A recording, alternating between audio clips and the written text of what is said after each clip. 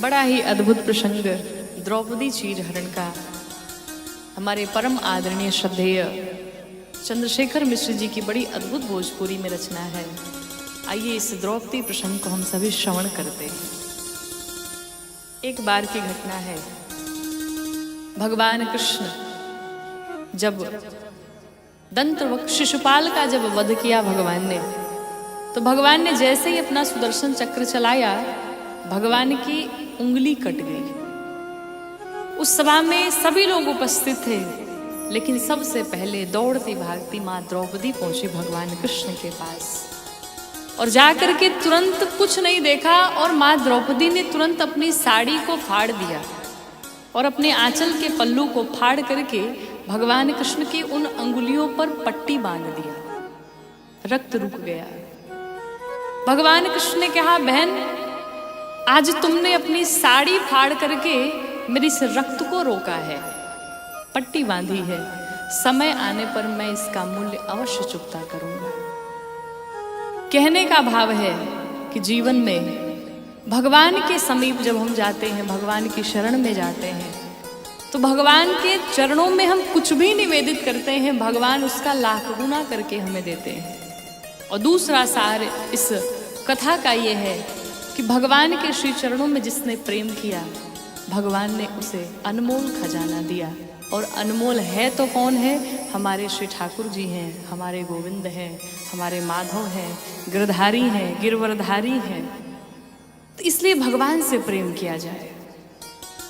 और उसका साक्षात उदाहरण ये इस मां द्रौपदी के प्रसंग से सुनने को आपको मिलेगी।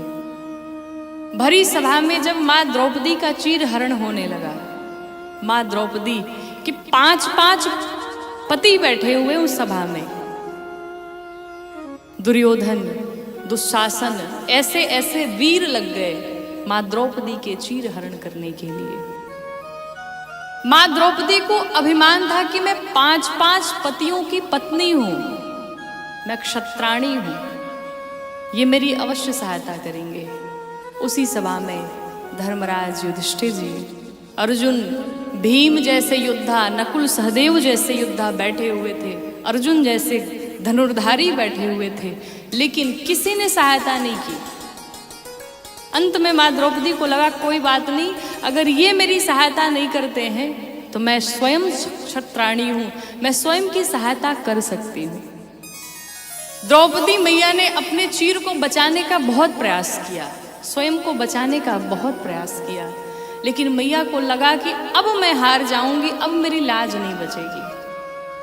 और जब चारों तरफ से व्यक्ति हार जाता है दुनिया में, उसे लगता है कि मेरा परिवार अपना है, मेरा भाई बहन, माता पिता, पति पत्नी, ये जो संसार में सारे सगे संबंधी रिश्ते नाते हैं, ये मेरे अपने हैं।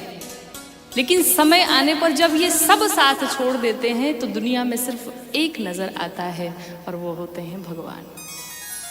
मां द्रौपदी को भी जब वो सबसे थक हार गई, भीष्म पितामह जैसे योद्धा बैठे हुए थे उस सभा में, लेकिन किसी ने सहायता नहीं की। मां द्रौपदी को लगा कि अब मेरी लाज चली जाएगी। मां द्रौपदी ने अपने दोनों हाथ ऊपर खड़े कर दिए, हे द्वारिकाधीश मेरी रक्षा करो, हे द्वारिकाधीश मेरी लाज बचाओ, अब सब कुछ तुम्हारे हाथों में।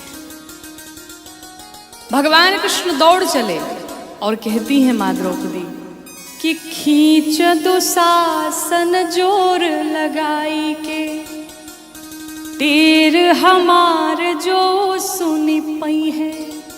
दुशासन से कहती हैं कि तुम्हारे भीतर जितना जोर हो, तुम्हारे भीतर जितना बल हो, लगा लो। अगर मेरी पुकार मेरे कन्हैया सुन रहे होंगे तो वो रोक नहीं पाएंगे स्वयं को, वो दौड़े भागे मेरे पास चलते आएंगे। कि खींच दुशासन जोर लगाई के, तीर हमार जो सुनी पई है। विश्वास विपत्ति पड़े पर, मोहन ना हमके बिसरई है। देर लगे ना अबेर लगे, अबेर ना हिरना सधावत लई है। अब भौजी के गोद में हुई है तब मोर टेर सुनी फिर ना रही पई है। माँ द्रौपदी कहती हैं कि मैं जानती हूँ अगर मेरी आवाज़ मेरे कन्हैया तक पहुँच रही है, मेरी आवाज़ अगर मेरे गोविंद तक पहुँच रही है, मेरी आवाज़ अगर गिरधारी तक पहुँच रही है, उस द्वारिकाधीश तक पहुँच रही है, जगन्नाथ तक पहुँच रही है, जगतवेत्ता तक पहुँच रही है, तो वो मेरी पुकार सुन के स्वयं को रोक नहीं पाएंगे। मेरा भाई मेरी लाज बचाने के लिए दौड़ता भागा मेरे पास चला आएगा। वो हो सकता है मेरे भाभी के पास पड़ा हो, उनसे प्रेम कर रहा हो, लेकिन फिर भी वो अपनी बहन की एक पुकार पर दौड़ता चला है। तुम्हारे भीतर जितनी क्षमता है तुम लगा लो। आगे कहती हैं, इधर तो दुशासन से, दुर्योधन से मैया बातें भी कर रही हैं, क्रोध दिखा रही हैं, लेकिन भीतर ही भीतर मैया परेशान भी हैं और भगवान से मन ही मन कह रही हैं कि अगर इस विपत्ति में आपने मुझे छोड़ दिया, आपने मेरा साथ नहीं दिया, तो जीवन में आपसे मैं कभी बात तक नहीं करूंगी। जिस प्रकार से एक बहन होती है, अगर रक्षाबंधन में उसका भाई उसके पास न पहुंच पाए तो बहन अपने भाई से अगाध प्रेम करती है। वो दुनिया वालों को दिखाने के लिए जरूर कहती मेरा भाई ऐसा है, मेरा भाई वैसा है, लेकिन अगर वो उस क्षण पे, उस मौके पे न भी पहुंच पाए तो भीतर ही भीतर वो अपने भाई से शिकायत भी करती है, तुम क्यों नहीं आए। उसी प्रकार माँ द्रौपदी भी कन्हैया से शिकायत कर रही हैं कि अरे गाढ़े में जो बिसरई बहरी, तब जा तो हसे हम बोल बनाही। अगर इस विपत्ति में मेरा विस्मरण कर दिया तो मैं तुमसे बात तक नहीं करूंगी, मैं तुमसे बोलूंगी भी नहीं, मैं तुमसे रूठ जाऊंगी। और तू बहिना बहिना कहवा, पर नाता कबो हम जोड़ बनाही। तुम आकर के मेरे सामने बहन बहन मुझे पुकारोगे, लेकिन सारे रिश्ते नाते आज के बाद मैं समाप्त कर लूंगी, तुमसे बात तक नहीं करूंगी। माँ द्रौपदी कन्हैया से शिकायत करती है कि सावन में तोहे बांधे बदे, जरई कबो ताल में बोर बनाही। अब पूस में जो खिचड़ी लेके आईबा। जिस प्रकार से पहले बहनें होती थी वो ताल में जरई बोती थी अपने भाई को बांधने के लिए, तो कहती है कि तुम भले बहन बहन मुझे पुकारोगे, लेकिन मैं तुमसे बात तक नहीं करूंगी, मैं तुम्हारी तरफ देखूंगी भी नहीं। और अगर तुम मेरे लिए खिचड़ी लेकर के आए तो भी मैं तुमसे बात नहीं करूंगी। तुम मेरे लिए साड़ी भी लेकर के आओगे तो वो भले ही सड़ जाएगा, लेकिन तुम्हारी तरफ देखूंगी भी नहीं कि तुम लेकर के क्या आए। कि पूस में जो खिचड़ी लेके आईबा, भले सड़ जाई मुखोल बनाही। भले वो सड़ जाए लेकिन मैं खोल के देखूंगी भी नहीं। अब इधर देखिए क्या हुआ। जैसे भगवान कृष्ण के कानों में आवाज पहुंची, हे द्वारिकाधीश अब मेरी रक्षा करो, अब मेरी लाज नहीं बच पाएगी। भगवान कृष्ण आज कहते हैं कि इस आकाश मंडल में, इस नभ में तीन एक ही साथ चले जा रहे हैं। कौन कौन वो तीन लोग हैं? सबसे पहले भगवान कृष्ण ने चीर को भेजा, उसके पीछे भगवान कृष्ण दौड़े चले जा रहे हैं, और भगवान कृष्ण के पीछे गरुण जी महाराज दौड़े चले जा रहे हैं। कहते सबसे अधिक वेग मन का होता है, और मन से भी अधिक वेग गरुण जी का होता है। आपका मन अभी यहाँ स्थिर है और कब कहाँ पहुँच जाए कोई भरोसा नहीं, लेकिन इस मन की भी अधिक गति, इस मन से भी अधिक गति गरुण जी महाराज की है, और गरुण जी महाराज की भी गति से अधिक भगवान कृष्ण की गति है, और भगवान कृष्ण की भी गति से अत्यधिक गति चीर को भगवान ने आगे भेजा है कि तुम जाओ, पहले पहुंचो और मेरी बहन के लाज की रक्षा करो। कि आगे से चीर बढ़े नभ में, ओकरा पिछवा दौरे ले मुरारी। आज कन्हैया भगे तना, अरे आज कन्हैया भगे तना, उनके तना छुपवले उरगारी। तीन विमान उड़े नभ में, तीन तीन विमान उड़ रहे हैं। पहला चीर, दूसरे भगवान कृष्ण और तीसरा गरुण जी महाराज। तो 3 विमान उड़े नभ में, अगवा के बढ़े है होड़ लगारी। आई सभा में आकाश से कान्हा, बढ़ावन लागे हैं छोड़ से सारी। तीनों में होड़ लगी है, तीनों में होड़ मची है कि कौन आगे जाएगा। साड़ी कहता है कि मैं ही आगे जाऊंगी, चीर कहता है मैं ही आगे जाऊंगी, भगवान कृष्ण उसके पीछे कि मैं सबसे पहले पहुंच जाऊं। गरुण जी महाराज भगवान कृष्ण के पीछे, कन्हैया के पीछे दौड़े दौड़े चलते जा रहे। भगवान कृष्ण उस सभा में पहुंचे और यहाँ पर जब साड़ी नहीं घटी, साड़ी तो बढ़ती ही चली जा रही है। कहते साड़ी बीच नारी है कि नारी बीच साड़ी है, कि नारी ही की साड़ी है कि साड़ी बीच नारी है, पता ही नहीं चले। साड़ी को देख देख करके दुर्योधन थक गया, दुशासन थक गया, लेकिन साड़ी घटने का नाम न ले। बड़ी अद्भुत स्थिति हुई। तो कहते हैं कि साड़ी घटे ना तब बोला दुर्योधन, अरे खींच दुशासन जोर लगा दे। जब दुर्योधन थक गया साड़ी को खींचते खींचते, तो अपने भाई दुशासन को जोर से बुलाया, आओ अब मेरी सहायता करो, मैं अकेले थक गया हूँ। दुर्योधन दुशासन दोनों भाई लग गए साड़ी को खींचने के लिए। और जैसे ही ये स्थिति द्रौपदी मैया ने देखी, मैया मुस्कुरा पड़ी कि ई सुन के द्रौपदी हंसी बोली, आ तू जोर लगा सहजादे। अगर तुम दोनों भाई से नहीं हो पा रहा है तो मैं तो कहती हूँ कि तुम अपने अंधे से बाप को भी बुला दो, तुम तीनों मिलकर के हमारी साड़ी को खींचो। और देखो क्या स्थिति होती है। कहती हैं कि ई सुन के द्रौपदी हंसी बोली, तू अब जोर लगा सहजादे। अरे बात दया दी के आई गइल बात, बाती पे बाती हमें भी कहे दे। अब अगर ऐसी बात आ गई है तो मैं भी कुछ कहना चाहती हूँ। और माँ द्रौपदी ने क्या कहा कि चीर घटे नात बोला दुशासन।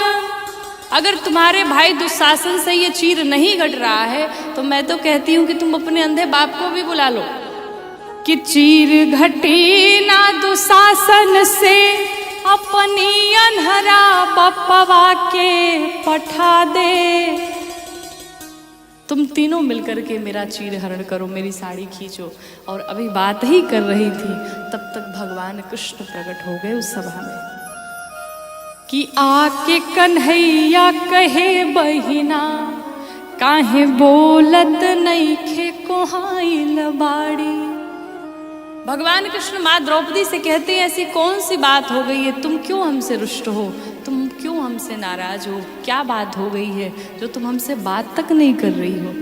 अरे तुम्हें पता भी है, जैसे ही तुमने एक आवाज लगाई मैं दौड़ा भागा चला आया, सब कुछ त्याग करके, सब कुछ छोड़ करके तुम्हारे पास भगा आ रहा हूँ। और इतनी दूर से देखो, मेरा वाहन अभी गरुण जी महाराज पीछे ही है, मैं तो दौड़ा भागा पैदल ही आ रहा हूँ। मैं थक गया हूँ, रास्ते में रुक करके हमने पानी तक नहीं पिया कि मेरी बहन को कोई कष्ट ना हो पाए। और तुम हो कि रुष्ट हो करके बैठी हो कि राही में ना पनियों पियनी, तनी देख हमें कि घमाइल बानी। वाहन बा अब ही मोर पाछे, मु पैदल धावल आवत बानी।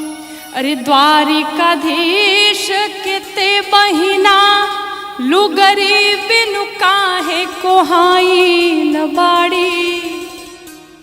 तुम्हें पता नहीं, मैं दौड़ता भागा तुम्हारे लिए, अपनी बहन के लिए चला आ रहा हूँ। रास्ते में हमने रुक करके पानी तक नहीं पिया और तुम एक साड़ी के लिए हमसे रुष्ट होकर के बैठी हो। अरे तुझे पता भी नहीं कि तू द्वारिकाधीश की बहन है। लेकिन गलती तो तुम्हारी है। अगर तुमने शुरू में आवाज लगा दी होती अपने इस भाई को तो तुम्हारा भाई इस सभा के बीच होता। लेकिन पहले तुमने अपने पतियों के ऊपर विश्वास किया। अगर पति तुम्हारी रक्षा नहीं की तो तुमने स्वयं के ऊपर विश्वास किया। और यही जीव की भूल होती है।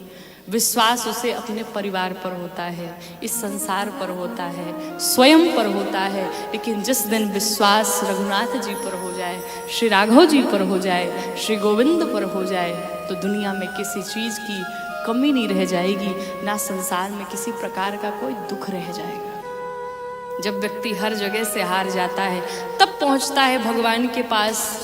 इसलिए गलती ना करे, सबसे पहले ही भगवान के पास पहुंच जाए। भगवान कृष्ण ने कहा, अगर तुमने गोविंद कहा होता, मुरारी कहा होता, गिरधारी कहा होता, चितचोर कहा होता, माखन चोर कहा होता, तो ये तुम्हारा भाई तुम्हारे पास होता। लेकिन तुमने पुकारा क्या? तुमने कहा द्वारिकाधीश। और मैं द्वारिकाधीश अगर तुमने कह दिया तो मैं तो द्वारिकाधीश बन करके आया। मैं तो एक राजा को तुमने बुलाया, न कि तुमने अपने भाई को बुलाया। और अगर एक राजा आएगा तो राजा की बहुत सारी जिम्मेदारियां होती हैं, राजा पूर्ण करके ही आएगा। भगवान कृष्ण आके सभा में कहते, छोड़ो, जो हुआ सो हुआ, लेकिन अब तुम्हारा भाई तुम्हारे साथ खड़ा है और मैं भी देखता हूँ किसके भीतर कितना बल है। आओ देखते हैं कौन तुम्हारी साड़ी खींचता है। मैं भी इस सभा में, तुम्हारा भाई भी इस सभा में खड़ा है। कि खींचे दे साड़ी मो देखत बानी, यहाँ पर के बलवान बड़ाबा। कि बहिना की गुहार पे भाई भी आई सभा बिचवा में खड़ा बा। अपनी बहन की पुकार पर उस बहन का भाई भी खड़ा है और अब तेरा भाई तेरे साथ है। किसी की हिम्मत नहीं कि तेरा बाल बांका भी कर पाए। तुझे याद नहीं होगा शायद, लेकिन तेरे इस भाई को सब कुछ याद है। याद कर, उस दिन को याद करो जिस दिन मेरी उंगली कटी हुई थी और तुमने कुछ नहीं सोचा, तुरंत अपने साड़ी के पल्लू को खींच करके मेरे तुरंत उंगलियों को बांध दिया, मेरे रक्त को रोका। और मैं तुमसे वादा करता हूँ, बड़ी सुंदर बात कवि ने लिखी कि आई के सभा बिचवा में खड़ा बा, अरे फाड़ी के तू बन्हली सड़िया, अब वही उंगली में निशान पड़ावा। जो तुमने साड़ी का पल्लू खींच करके फाड़ करके मेरी उंगली में बांधा, आज भी वो निशान हमारी उंगली में ही पड़ा है और मैं उस चीज को भी भूला नहीं हूं।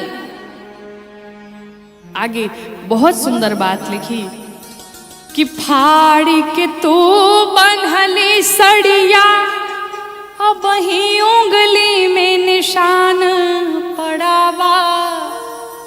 सूद में ढाकब लाज तोहार, सूद में ढाकब लाज तोहार, मूल अभी तो पड़ा का पड़ावा, मूल अभी तो पड़ा का पड़ावा।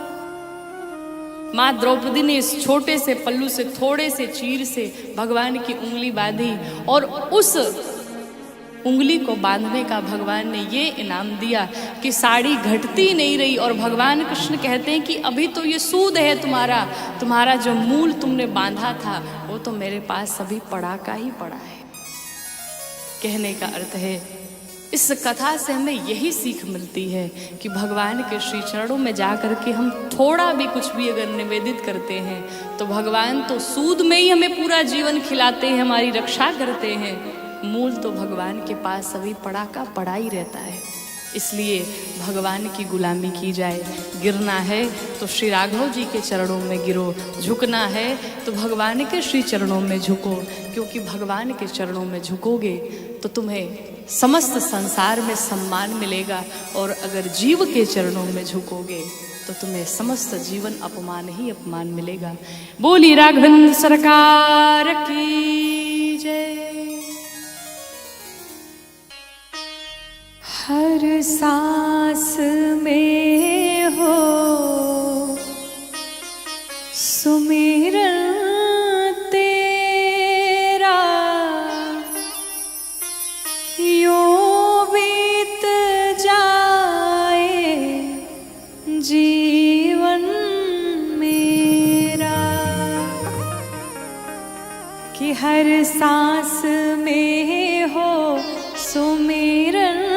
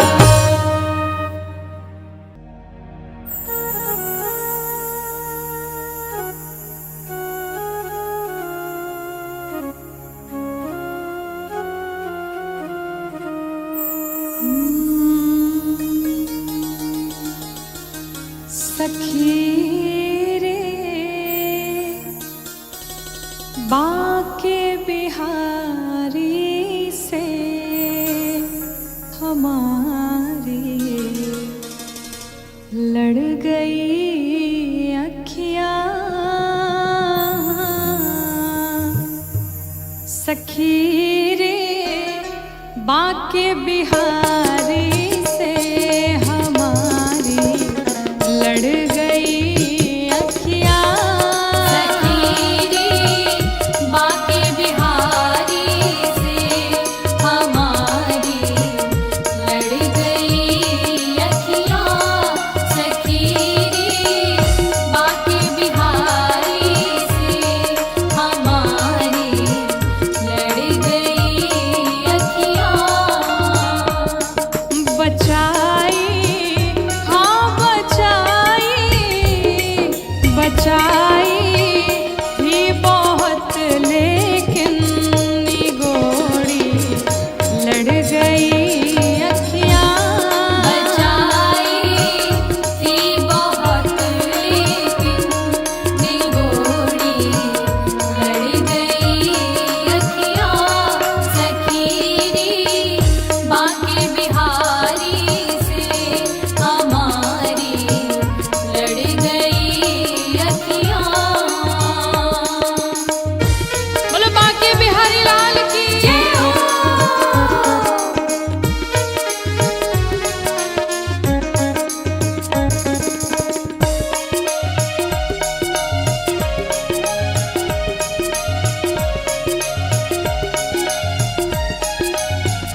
सखी रे बाके बिहारी से हमारी लड़ गई अखियाँ सखी रे बाके बिहारी से हमारी लड़ गई अखियाँ।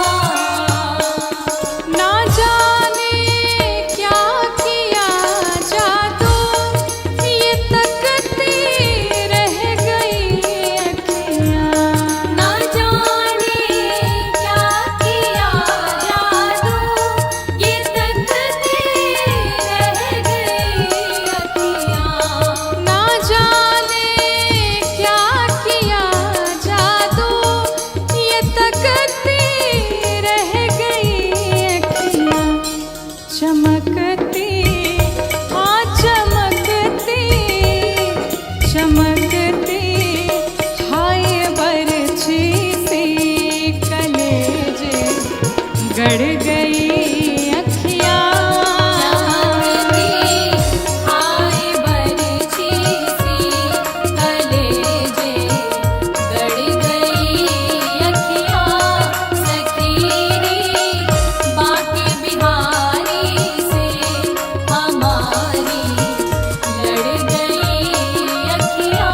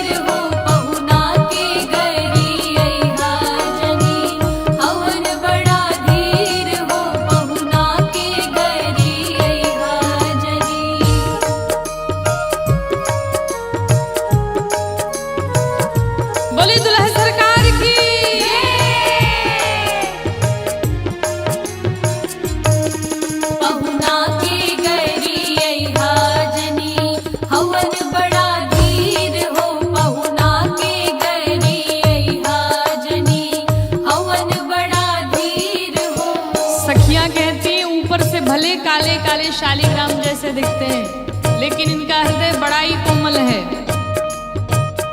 ऊपर से करिया बाड़न ठाकुर शालिग्राम जैसन, ऊपर से करिया बाड़न ठाकुर शालिग्राम जैसन, ऊपर से करिया बाड़न ठाकुर शालिग्राम जैसन, ऊपर से करिया बाड़न ठाकुर शालिग्राम जैसन, भीतर से निर्मल जैसे, भीतर से निर्मल जैसे गंगा जी के नीर हो पहुना के गरिया जनी, हवन बड़ा धीर हो पहुना के गरिया जनी। हवन बड़ा धीर हो पहुना के गरिया जनी, हवन बड़ा धीर हो पहुना के गरिया जनी।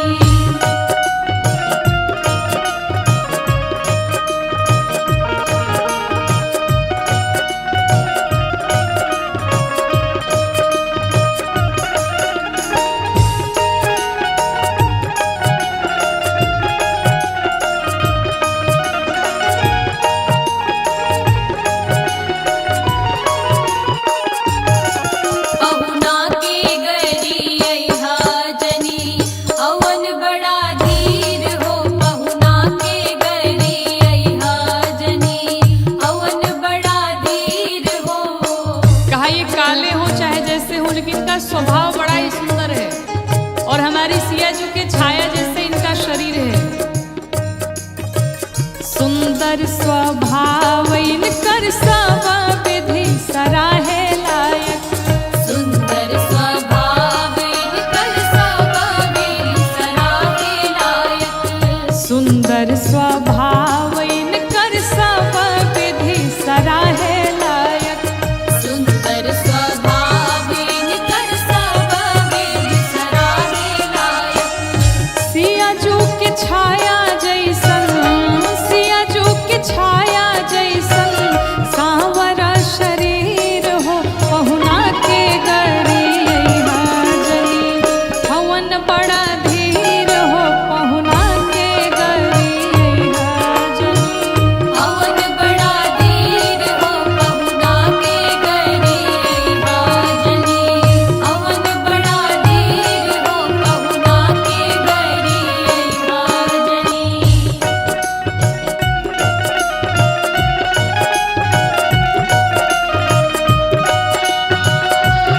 बोलो दुल्हा सरकार की।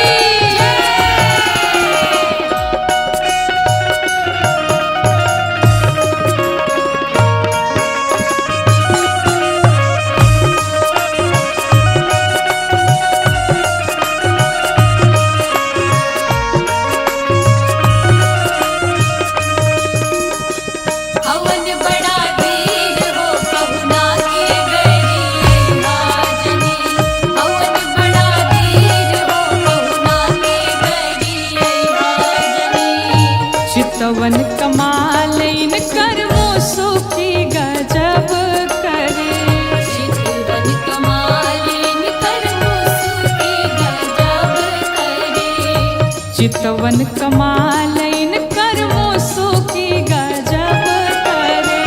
चितवन कमाल इनकर मुसुकी गजब करे। प्रेमिन के बाधे खातिर, प्रेमिन के बाधे खातिर जुल्फन के जंजीर हो पहुना के गरिया जनी, हवन बड़ा धीर हो पहुना के गरिया जनी। हवन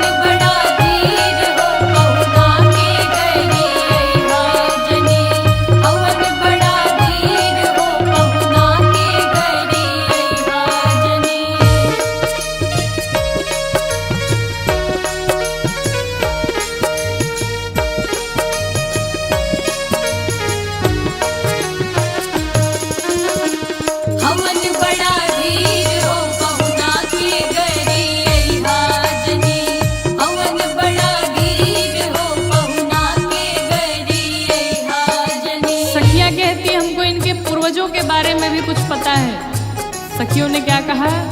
हाँ, जंगल में पीछे पीछे गैयन के चरावत रहले। जंगल में पीछे पीछे गैयन के चरावत रहले। जंगल में पीछे पीछे गैयन के चरावत रहले। जंगल में पीछे पीछे गैयन के चरावत रहले। पूर्वज दिलीप इनकर, पूर्वज दिलीप इनकर, जैसे अहीर हो पहुना के गरी हाजनी। हवन बड़ा धीर हो पहुना के गरी हाजनी। हवन बड़ा धीर हो पहुना के गरी हाजरी। हवन बड़ा धीर हो पहुना के गरी हाजरी।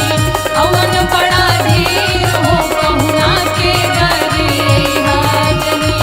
हवन बड़ा धीर हो पहुना के गरी हाजरी। विश्वामित्र जी के संग में भगवान राम, श्री लक्ष्मण जी, जब जनकपुरी से आमंत्रण मिला तो भगवान राम चल पड़े। रास्ते में चलते चलते आश्रम एक दीख मगमाही, एक रास्ते में आश्रम दिखाई पड़ा जहां पर ना कोई पशु, ना कोई जीव जंतु, ना कोई व्यक्ति, कोई दिखाई नहीं पड़ा। भगवान राम ने विश्वामित्र जी से प्रश्न किया, कहा प्रभु ये आश्रम कैसा है? ये सामने जो पत्थर है, ये शिला है, ये कैसी है? विश्वामित्र जी ने कहा, राम ये गौतम ऋषि के श्राप से उनकी पत्नी मां अहिल्या पत्थर की बन गई और आपके चरणों की धूली चाहती हैं, इन पर हे राम कृपा करिए। तो कहते हैं,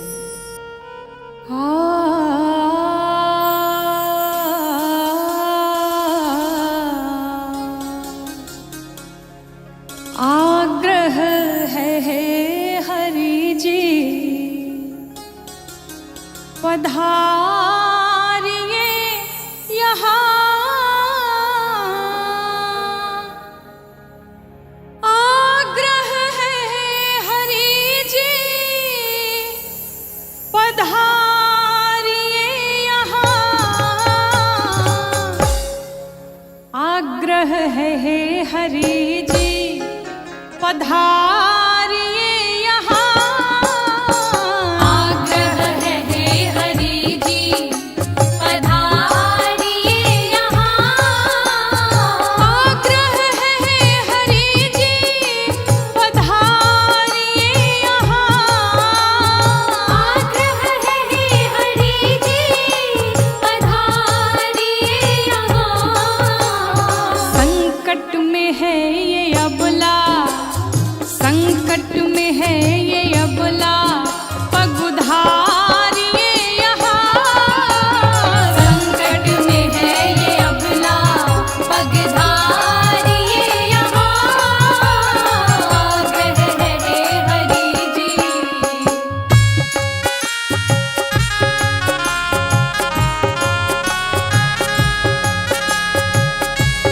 बड़े भाव से सभी लोग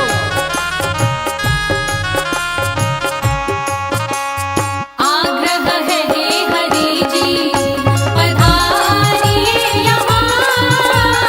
आग्रह है हरि जी। गौतम मुनि किनारे पतिशाप की है मारी। गौतम मुनि किनारे पतिशाप की है मारी। गौतम मुनि किनारे पतिशाप की है मारी। गौतम मुनि किनारे पतिशाप की है मारी। बिगड़ी है इसकी किस्मत, बिगड़ी है इसकी किस्मत, सुधारिए यहाँ। संकट में है ये अबला, पगधारिए यहाँ। आग्रह है हरि जी। बोलो सियावर रामचंद्र भगवान की।